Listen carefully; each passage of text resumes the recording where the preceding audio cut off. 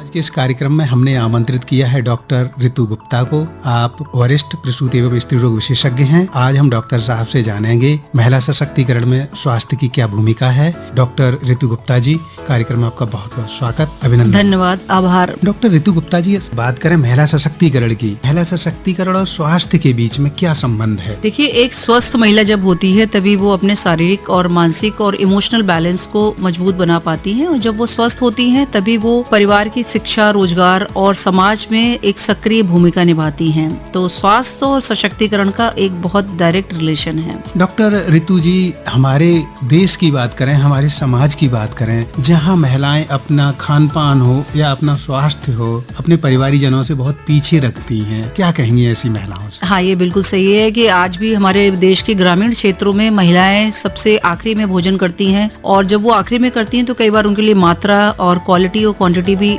ठीक नहीं होती है। तो ये अक्सर देखा जाता है। मानसिक स्वास्थ्य हो, चाहे वो शारीरिक स्वास्थ्य हो या भावनात्मक स्वास्थ्य हो, किस तरह से किसी महिला के लिए महत्वपूर्ण है? देखिए, अगर महिला का स्वास्थ्य शारीरिक रूप से सक्षम होंगी, अच्छी होंगी, तो वो एक ऊर्जावान होंगी और क्रियाशील होंगी और अपने परिवार के लिए अपनी देखभाल अच्छे से कर पाएंगी। और अगर वो मानसिक रूप से भी सक्रिय होंगी, स्वस्थ होंगी, तो वो सही समय पे, सही वक्त पे निर्णय भी ले पाएंगी और अपने बच्चों को अच्छे संस्कार और शिक्षा भी दे पाएंगे। डॉक्टर ऋतु गुप्ता जी, आप एक महिला रोग विशेषज्ञ हैं। बहुत सी महिलाएं ग्रामीण क्षेत्र से, शहरी क्षेत्र से आपके पास आती होंगी। आप जो शहरी महिलाएं हैं और ग्रामीण महिलाएं हैं, दोनों के स्वास्थ्य की देखभाल को लेकर, जागरूकता को लेकर क्या देखती हैं? ये जो हम लोग अक्सर देखते हैं, ग्रामीण क्षेत्रों की महिलाएं हैं, अपने स्वास्थ्य के लिए थोड़ा कम जागरूक होती हैं। समय समय पे डॉक्टरों के द्वारा चेकअप कराना, या अपने खान पान का ध्यान रखना, या अपने जो एक पोषण का ध्यान रखना, जिससे कि उनको खून की कमी ना हो, उसके लिए थोड़ा जागरूक कम होती है। वहाँ सुविधाएं भी बहुत कम होती हैं, और कई बार सुविधाएं होती हैं लेकिन उनको ये पता नहीं होता है कि कब हमें डॉक्टर के पास जाना चाहिए। शहरी क्षेत्रों में महिलाएं थोड़े जागरूक रहती हैं और अपना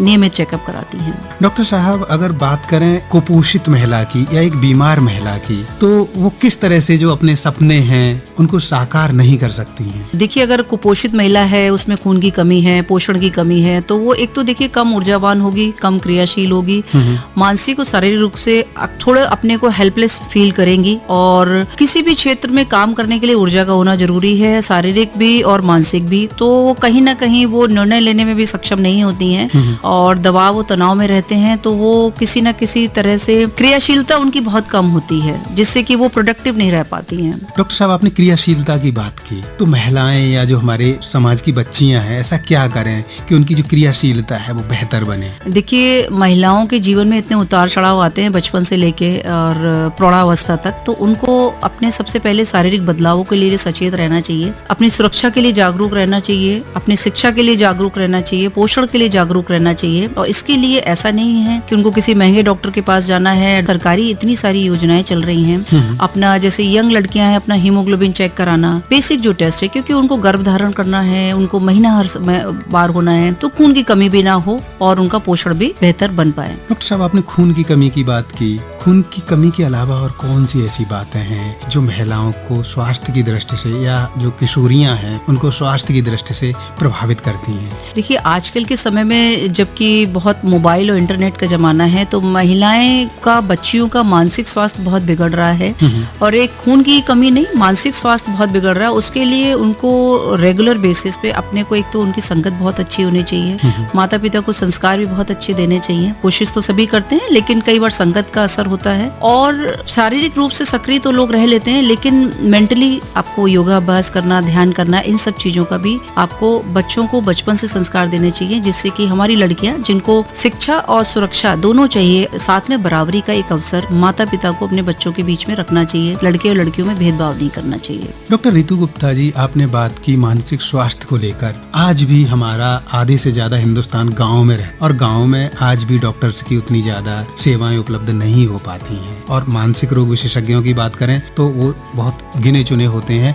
गाँव में सेवाएं बहुत मुश्किल हैं। तो इस तरह के माहौल में जो हमारी किशोरियां हैं या महिलाएं किसी भी उम्र की हो सकती हैं, अपने मानसिक स्वास्थ्य को किस तरह से बेहतर रखें? देखिए, ऐसे कुछ लक्षण होते हैं जिनको अगर हमें पता हो, किसी बच्चे को या महिला को अगर जैसे नींद नहीं आ रही है, नींद की समस्या है, या रात में बार बार नींद खुल रही है, या उसको एक अजीब सा भय लग रहा है, डर लग रहा है, या सबसे अलग अलग कटा कटा रहने का मन कर रहा है, तो कुछ ये ऐसे लक्षण होते हैं जबकि उनको खुद को और उनके परिवार वालों को, सपोर्टिव सिस्टम को, उनको डॉक्टर की सलाह जरूर दिलानी चाहिए। आपने परिवार की बात की कि परिवार वालों को डॉक्टर को दिखाना चाहिए, डॉक्टर से सलाह करनी चाहिए, लेकिन जब परिवार उन बातों को, बीमारी मानने को तैयार ही न हो और डॉक्टर से पहले वो झाड़ फूंक वाले के पास और इस तरह के अन्य लोगों के पास जाना पसंद करे, क्या कहेंगे इस तरह के लोगों से? देखिए, ये हमारे देश का दुर्भाग्य है कि आज के समय में भी ग्रामीण ही नहीं, शहरी इलाकों में भी ये समस्याएं देखी जाती हैं। लेकिन जैसे आप इस माध्यम से लोगों को बता रहे हैं, मेरा ये मानना है कि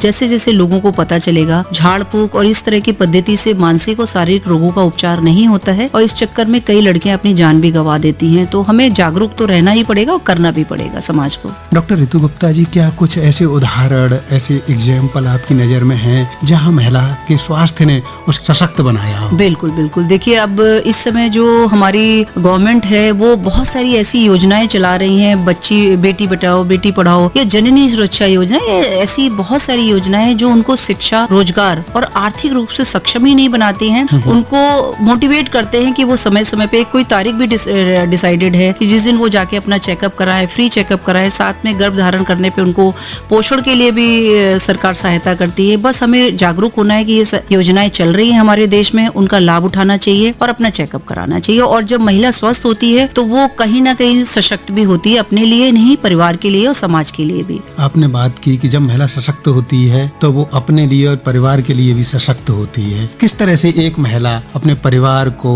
अपने समाज को बेहतर बनाने में मदद करती है जब वो सशक्त होती है तब? देखिए, महिलाएं जो है हमारे समाज की ही नहीं, परिवार की भी धुरी हैं और साथ में महिला ही गर्भ धारण करती है, जो एक डिवाइन गिफ्ट होता है। जननी बनती है जो एक स्वस्थ नागरिक को भी जन्म देगी अगर महिला खुद स्वस्थ होगी, और उसी स्वस्थ नागरिक से अच्छे देश का निर्माण होगा। जैसे हमारे देश में जीजाबाई जैसी माताएं हैं, रानी लक्ष्मीबाई जैसी माताएं हैं, जिन्होंने स्वस्थ, मतलब अपने को स्वस्थ रखा है, साथ में समाज को भी एक दिशा दी है। तो जब महिला स्वस्थ होगी तभी स्वस्थ समाज का निर्माण होगा, इसमें कोई दो राय नहीं है। हमारे देश में बहुत सी महिलाएं हैं जो राष्ट्रपति बनी, प्रधानमंत्री बनी, कई राज्यों की मुख्यमंत्री भी बनी, अभी भी हैं। इस तरह की महिलाएं किस तरह से एक मोटिवेशन हो सकती हैं, एक आदर्श बन सकती हैं उन बेटियों के लिए, उन किशोरियों के लिए? बिल्कुल ठीक कहा है। हमारे देश में जो कि हम देखते हैं महिलाओं के बीच में कि पुलिस ले लीजिए, आर्मी ले लीजिए, हर क्षेत्र में महिला बहुत सारी वैज्ञानिक हैं, हमारे मंगलयान डॉक्टर हैं। तो लेकिन एक महिला को दूसरी महिला के सपोर्ट में और उनके सहयोग हमेशा साथ रहना पड़ेगा, आगे आना पड़ेगा और उनको मोटिवेट करना पड़ेगा कि वो अपने स्वास्थ्य का विशेष ध्यान रखे, मानसिक और शारीरिक दोनों तरह से। डॉक्टर रितु जी, थोड़ी देर पहले आप मातृ स्वास्थ्य और प्रजनन स्वास्थ्य की बात कर रही थी,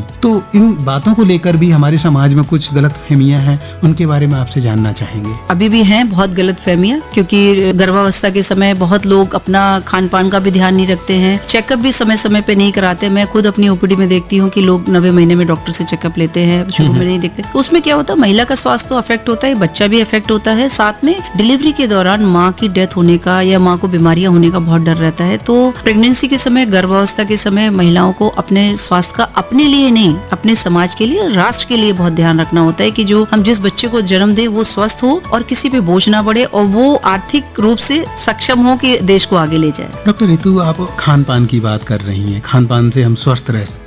एक स्वस्थ महिला का जो खान पान है किस तरह का हो? स्वस्थ महिला का, जैसे कि अभी भी हम लोग देखते हैं कि ग्रामीण क्षेत्रों में जो खान पान है वो कई दृष्टिकोण से शहरी से बहुत अच्छा है। जो सामान्य हरी सब्जियां, फल है या प्रोटीन जो हम मूंगफली में ले सकते हैं या ड्राई फ्रूट्स में, जिसको जो अफोर्डेबिलिटी हो, लेकिन जो सीजनल फ्रूट्स है, सब्जियां हैं और आयरन रिच चीजें हैं वो महिलाओं को ज्यादा लेना चाहिए। प्रोटीन के भरपूर सेवन करना चाहिए और ये जरूरी नहीं है कि महंगी चीज में मिलता है, सामान्य तौर पे उपलब्ध होने वाली चीजों में भी ये पोषण मिलता है। आपने कहा जो चीजें सामान्य तौर पे उपलब्ध हैं उनमें भी ये पोषण मिल जाता है, लेकिन खाने को लेकर ये भी तो कहा जाता है कि हम अपना जो भोजन ले रहे हैं उसके बाद चाय या कॉफी इतने समय के बाद लें तो वो जो चीज हमने अपने खान पान में ली है वो पर्याप्त पोषण हमें देगी। अगर हम अपने खाने के तुरंत बाद चाय या कॉफी ले लेंगे तो जो आयरन है उसका एब्जॉर्प्शन हमारी बॉडी में नहीं होगा। इन सबको लेकर भी हम चाहेंगे आप जो बहनें या जो श्रोता हमारा कार्यक्रम सुन रहे हैं वो जाने। बिल्कुल सही सवाल किया, ये बहुत ही अच्छा सवाल है कि जो आजकल के समय में चाय कॉफी का सेवन बहुत बढ़ गया है, इसके अलावा बहुत सारे सब्सटेंस अब्यूज का भी, अल्कोहल का भी हम लोग देखते हैं कि शहरी क्षेत्रों में महिलाएं बहुत कर रही हैं, स्मोकिंग बहुत कर रही हैं। तो इन सब चीजों से तो हमें बच के रहना ही है, क्योंकि जैसे मैं बार बार बता रही हूँ कि केवल हम एक महिला ही नहीं है, हम इस देश की धुरी है और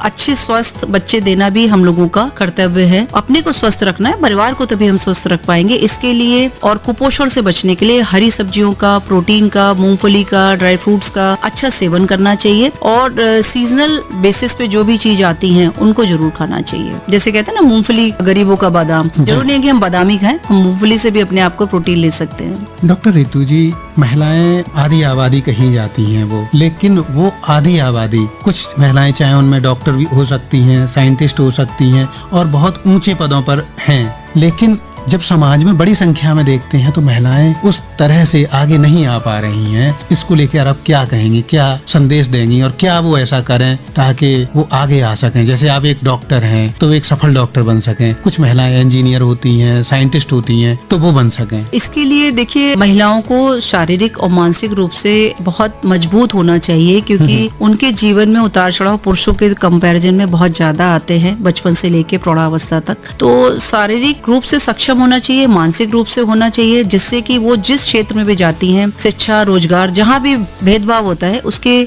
अगेंस्ट में उसके लिए जागरूक रहे, लोगों को बताएं, तभी वो उचित अवसर पर अपनी शिक्षा और रोजगार को पूरा कर पाएंगे और समाज को कुछ दे पाएंगे। जी, परिवार की भी कुछ भूमिका हो सकती है शिक्षा को लेकर, स्वास्थ्य को लेकर, या अन्य जो आवश्यकताएं होती हैं किसी किशोरी की, किसी महिला की। देखिए, परिवार का अगर सपोर्ट नहीं मिलता है तो बहुत मुश्किल होता है एक समाज में किसी प्राणी का आगे बढ़ पाना। तो बचपन से ही सबसे पहले तो मैं कहना चाहूंगी, माता पिता को कभी भी किसी बेटे और बेटी के बीच में भेदभाव नहीं करना चाहिए। ऐसे ही कार्य क्षेत्र में महिलाओं और पुरुषों के बीच में कुछ अनइक्वलिटी नहीं होनी चाहिए और इसके लिए महिलाओं को खुद से भी जागरूक रहना पड़ेगा कि कहीं अगर भेदभाव हो रहा है या असुरक्षा है तो उसके लिए थोड़ा सा उनको मुखर होना चाहिए, बात करनी चाहिए। डॉक्टर रितु जी, अगर कोई महिला है अपने स्वास्थ्य के लिए अभी से कुछ कदम उठाना चाहे तो कहाँ से शुरुआत करे? स्वास्थ्य के लिए देखिए, अगर कदम उठाना चाहें तो शारीरिक रूप से स्वस्थ रहने के लिए सबसे पहले डेली फिटनेस का ध्यान रखना चाहिए, एक्सरसाइज करना चाहिए और मेंटल फिटनेस को स्ट्रॉन्ग करने के लिए योगा अभ्यास का और ध्यान का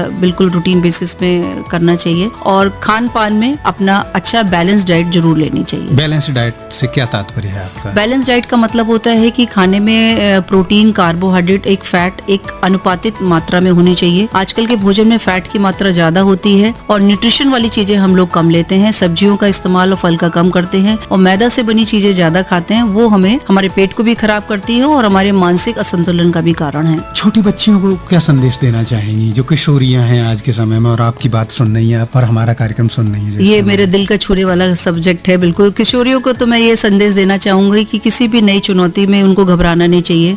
उनके शरीर में जो बदलाव आ रहे हैं, जो पीरियड स्टार्ट हो रहे हैं या बॉडी में चेंजेस आ रहे हैं, उसके लिए भी नहीं घबराना चाहिए। उनको अपने टीचर से, अपने घर वालों से बात करनी चाहिए और पीरियड के समय घबराना नहीं चाहिए। उसके लिए आप लोग जरूरत पड़ने पे घर वालों से बात करो, डॉक्टरों से बात करो कि ये क्यों हो रहा है। इसकी वजह से पढ़ाई लिखाई बिल्कुल नहीं छोड़नी चाहिए और अपनी सुरक्षा के लिए आजकल के समय में बिल्कुल जागरूक रहना चाहिए, सक्षम होना चाहिए। डॉक्टर साहब, अभी आपने बात की पीरियड्स के दौरान की, आज भी अगर हमारे समाज की बात करें तो जो घर के लोग हैं, परिवार के लोग हैं, वो अपनी बच्चियों को, अपने बच्चों को जो सेक्स एजुकेशन है उसके बारे में बिल्कुल ही बात नहीं करना चाहते। इसके बारे में बात करना कितना अच्छा हो सकता है? बिल्कुल बिल्कुल, ये सही सवाल है। इसकी शुरुआत घर से ही होनी चाहिए। कहते हैं ना, माता पिता पहले शिक्षक होते हैं, तो माता पिता का कर्तव्य है अपने बेटे और बेटियों को अच्छे संस्कार देना, उनके जो बॉडी में चेंजेस आ रहे हैं उसके बारे में बताना ड्यूटी होती है और उनको पूरी तरह से करनी चाहिए। डॉक्टर रितु गुप्ता जी, आज आप हमारे कार्यक्रम में शामिल हुई और हमारे श्रोताओं को स्वास्थ्य से महिला सशक्तिकरण के बारे में आपने जानकारी दी, साथ ही अन्य जो ज्वलंत समस्याएं हैं महिलाओं की, उन पर भी आपने प्रकाश डाला। कार्यक्रम में शामिल होने के लिए और जानकारी देने के लिए आपका बहुत बहुत धन्यवाद। कनिष्क अस्पताल में 24/7 विशेषज्ञ सेवाएं। हमारे अस्पताल में 24/7 उपलब्ध है। Cardiologist, urosurgeon, orthopaedic surgeon, joint replacement, emergency और ट्रॉमा केयर, मेडिकल और surgical gastroenterologist, neurosurgeon, general surgery, maternity department, pulmonologist, internal medicine, pathology. Kanishk अस्पताल में 24/7 उन्नत तकनीक के साथ सारी सुविधाएं। एक ही छत के नीचे रेडियोलॉजी, MR, ICT स्कैन, और अन्य सभी आवश्यक चिकित्सा सुविधाएं